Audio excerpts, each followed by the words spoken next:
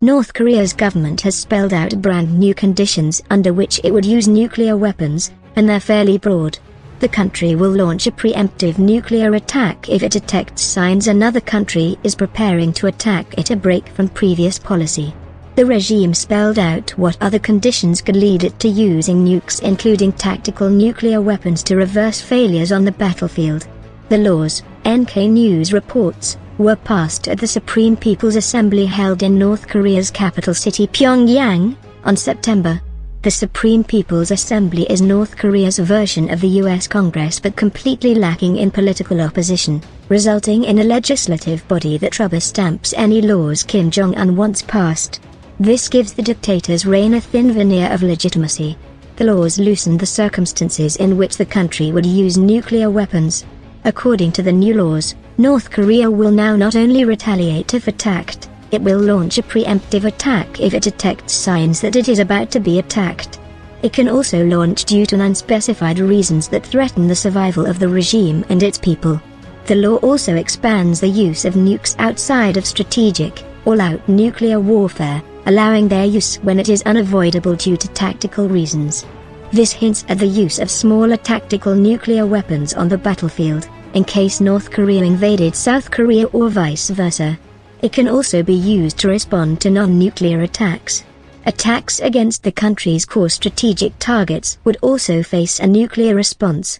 One of the biggest changes is a new policy of what nuclear experts call pre-delegation, in which the sole decider for launching nuclear weapons sets conditions for others, usually the military, to act in their absence. Under the new policy, the North Korean People's Army can launch its nukes automatically if the core command leadership, Kim Jong-un, is in danger or already killed. This policy is in direct response to South Korea's buildup of conventionally armed precision-guided cruise missiles and ballistic missiles. This arsenal has one goal: to decapitate North Korea's leadership and decouple it from its nuclear arsenal in a crisis. The reasoning is that Kim Jong-un himself must be made to fear for his life if there is a crisis, to dissuade him from using nukes, or barring that, separate him from the ability to issue launch orders. Kim has apparently taken these preparations personally, and South Korea's plans for a decapitation strike have clearly gotten under his skin. Under the new law, if Kim is trapped by a South Korean attack in an underground bunker, his internet and telephone lines cut, his generals will still retaliate with nuclear weapons. North Korea's old nuclear policy was actually fairly restrained. Previously, North Korea stated it would only use nukes in the event it was first attacked with nukes. This policy, known as no first use, is the official policy of China and India and is meant to be stabilizing in a crisis. If you're at war with either Beijing or Delhi, you don't have to worry about their nukes, unless you plan on using your own.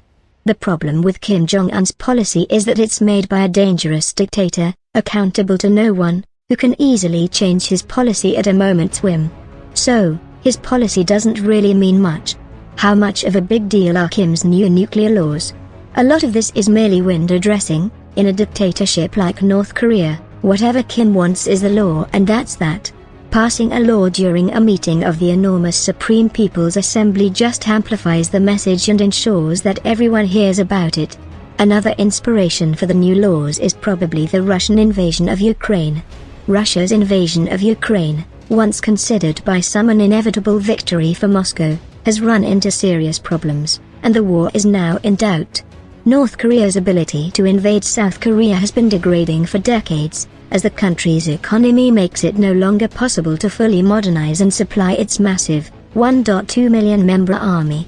North Korea's statement it could use nukes for tactical reasons in wartime is likely meant to put teeth back into any invasion threat.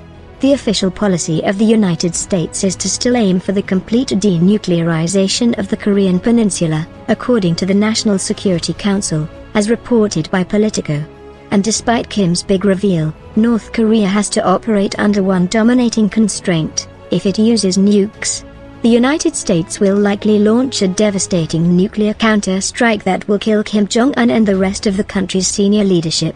Kim must walk a fine line between saber-rattling and boasting, and being seen as a rational actor who understands this new existential danger he has put his country and himself in.